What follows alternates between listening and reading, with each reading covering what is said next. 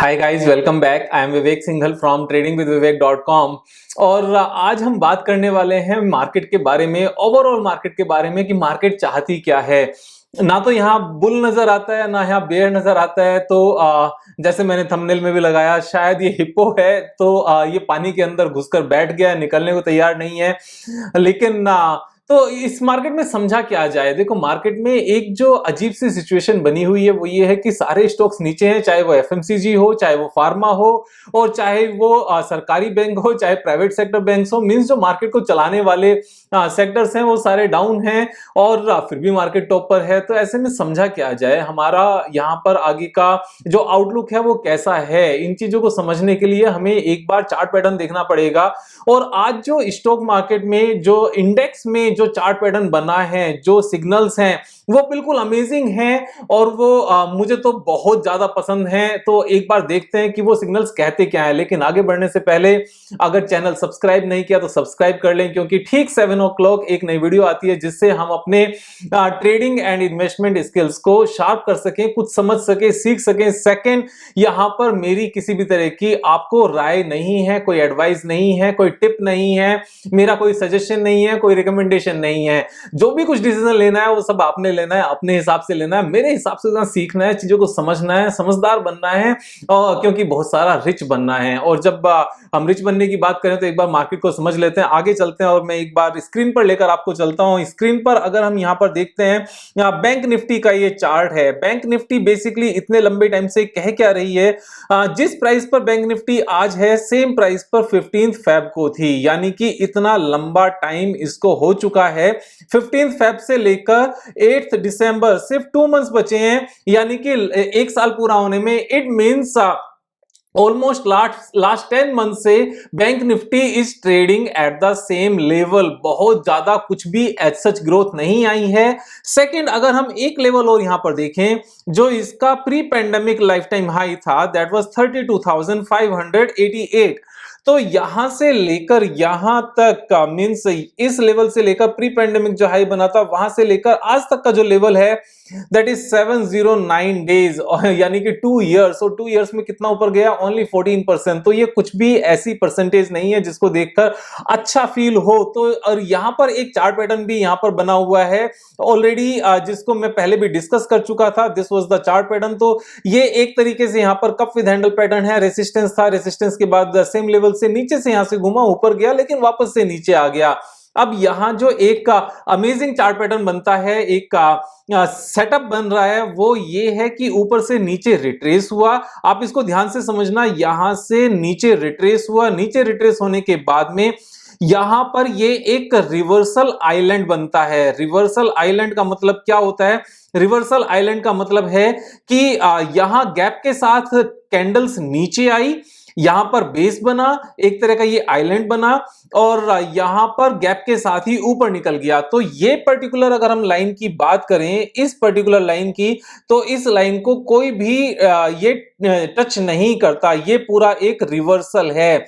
Reversal किस तरीके से है कि यहां पर इस एरिया में इस प्राइस पर कुछ भी ट्रेडिंग नहीं हुई है। 36,885 यहां से सीधा नीचे आया, नीचे आने के बाद में नीचे ही रहा, और यहां से सीधा ऊपर निकल गया। इसको आइलैंड रिवर्सल कहते हैं। आइलैंड मींस जहां एक आइलैंड है, ना इधर जमीन है ना उधर जमीन है, कोई लैंड नहीं है, कोई टच नहीं करता। और इस तरह के आइलैंड रिवर्सल जब भी देखे गए हैं ना, तो मार्केट एक बुल रन में है। तो यहां पर मार्केट बेयर है या बुल है या हिप्पो बना हुआ है, तो हिप्पो नहीं है, ये यहां पर बुल मार्केट ही है। ये एक आइलैंड रिवर्सल है। इससे पहले आइलैंड रिवर्सल कहां कहां बना मैं आपको दिखाता हूं। इससे पहले आइलैंड रिवर्सल यहां पर ये बना था कि ऊपर से नीचे गैप के साथ गिरा और यहां पर गैप के साथ बढ़ गया। और जब ये आइलैंड रिवर्सल हुआ तो यहां से मार्केट में क्या आया? एक अच्छी खासी तेजी देखने को मिली।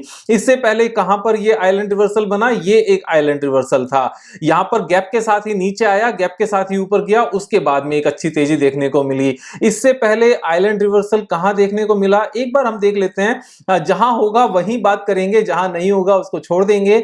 सो यहां पर भी नहीं है, उससे पहले काफी लंबे टाइम पहले शायद देखने को मिला। ये एक तरह का आइलैंड रिवर्सल था, यहां पर गैप के साथ नीचे नहीं था लेकिन गैप के साथ ऊपर गया था। इतनी बड़ी रिट्रेसमेंट के बाद जब गैप के साथ कोई चीजें चलती हैं, यहां से उठना ही गैप के साथ शुरू होता है, तो वो अच्छी खासी तेजी दिखाता है। इससे पहले अगर हम देखें कि इस तरह की तेजी गैप के साथ इसने कब दिखाई, यहां पर ये अच्छा बड़ा रिट्रेसमेंट था और यहां गैप के साथ ये ऊपर उठा, हियर इज द गैप। तो ये गैप के साथ फिर अच्छी खासी तेजी देखने को मिली। जब भी यहां अच्छा खासा डाउन साइड था, लगातार नीचे थी, और जब यहां पर ऊपर उठना शुरू हुआ तो एक गैप के साथ ऊपर उठा और गैप के साथ फिर ये आगे जाना शुरू हुआ।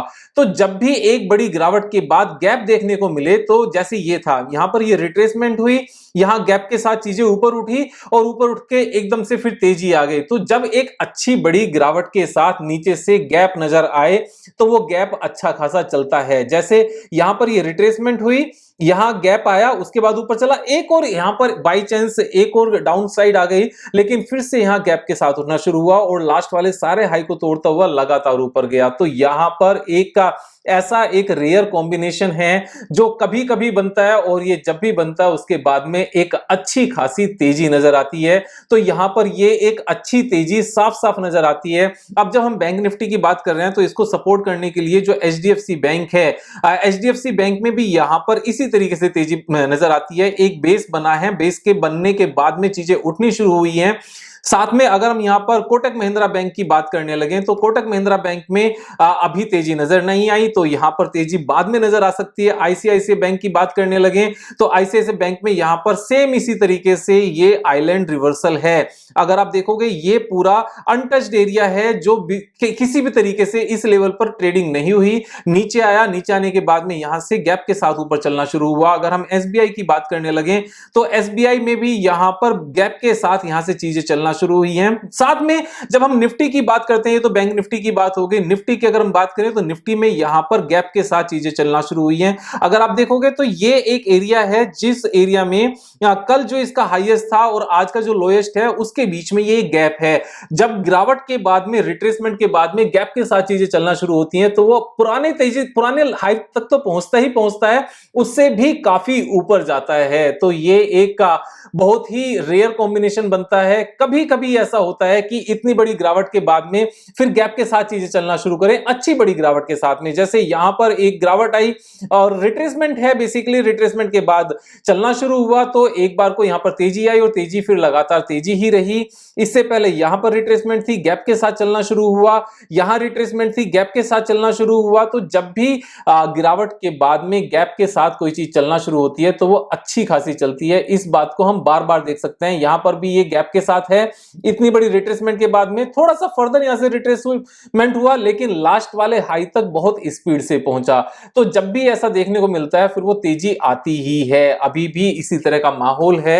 और अगर हम निफ्टी के बड़े स्टॉक्स की बात करने लगे, जैसे रिलायंस है, रिलायंस इंडस्ट्रीज, तो रिलायंस इंडस्ट्रीज भी ऊपर से नीचे आई हुई है। अगर हम टीसीएस की बात करने लगे, तो टीसीएस भी नीचे है। इंफोसिस की बात करने लगे, तो इंफोसिस भी डाउन पर है। इंफोसिस ज्यादा डाउन नहीं है, लेकिन एचडीएफसी लिमिटेड की बात करने लगे, एचडीएफसी बैंक की बात करने लगे, तो ये यहां से ऊपर से सारे रिट्रेस हुए हुए हैं और यहां पर अच्छे चार्ट पैटर्न्स भी हैं, सब कुछ अच्छा है। तो मार्केट में क्या घबराने की बात है?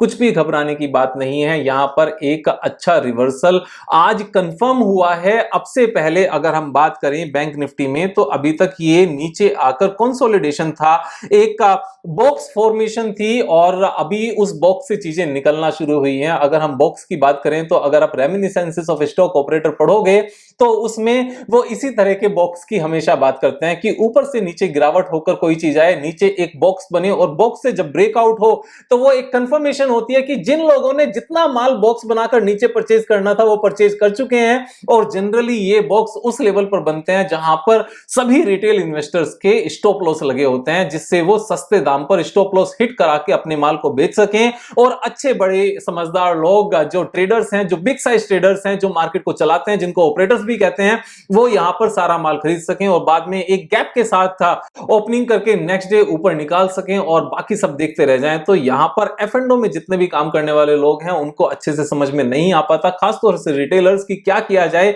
ऐसी सिचुएशन में। उनको लगता है कि जब कोरोना वापस से आ रहा है, सारी चीजें बेकार नजर आने लगती हैं उनको, क्योंकि इतना शोर मच चुका होता है ऑल अराउंड द ग्लोब, तो फिर वहां उनको डर लगता है और ऐसी थोड़ी सी भी तेजी आती है ना तो शायद वो और शॉर्ट करने की सोचते हैं, या फिर अपनी जो लॉन्ग पोजीशंस होती हैं कि अभी तो फाइनल मौका है निकलने का, वहां निकलने का सोचते हैं और ये लगातार तेजी चलती रहती है। और उनको तब एहसास होता है जब उनका चार्ट पैटर्न बनता है एफ&ओ में, जब वो लाइफ टाइम हाई पर चल रहा होता है, क्योंकि वहां शायद एवरीथिंग बुलिश नजर आती है, लेकिन वो कभी भी सही टाइम नहीं होता कुछ भी परचेज करने का। Lifetime high is never a good idea to trade in stock market, क्योंकि स्टॉक मार्केट में पैसा कमाने का सिर्फ एक ही मूल मंत्र है, सस्ता खरीद के महंगा बेचना, महंगा खरीद के और महंगा बेचना। ये सबके बस की बात नहीं है, ये सिर्फ प्रोफेशनल्स की बात होती है। उनके कहने में आने से पहले उनके जितना बड़ा बनने की जरूरत होती है, क्योंकि वो महंगा खरीदकर चीजों को और महंगा खुद से लेकर जा सकते हैं और वहां किसी भी तरह की सिचुएशन क्रिएट करके रिटेलर्स को माल बेच सकते हैं। लेकिन अगर हम एक रिटेलर हैं तो हमारे पास पैसा कमाने का एक ही तरीका है कि चीजों को सस्ता खरीदा जाए और महंगा बेचा जाए। तो यहां पर मेरी समझ यही कहती थी कि मैं आपको इस पैटर्न के बारे में बताऊं कि जो ये आइलैंड रिवर्सल पैटर्न है ये एक अच्छा पैटर्न होता है। तो यहां पर अगर हम बैंक निफ्टी की बात करने लगे, बैंक निफ्टी में इमीडिएटली 41,827 तो है ही मेरे हिसाब से, लेकिन जब भी आइलैंड रिवर्सल इस तरह का बनता है तो लास्ट जो हाई बनता है वहां तक रुकता नहीं है, वहां से काफी ऊपर जाता है। तो यहां से 20% का अप मूव मुझे नजर आता है। और कितना टाइम लगेगा, देखो इस टाइम लगाने में कुछ नहीं रखा, मुझे सिर्फ इतना पता है कि यहां से जब तेजी शुरू हो गई है तो हो गई है, ये मेरा एक्सपीरियंस कहता है। आप अपने हिसाब से डिसीजन लेना। कल फिर मिलेंगे एक नई वीडियो के साथ, तब तक मुझे करो यार, thank you so much, have a nice day.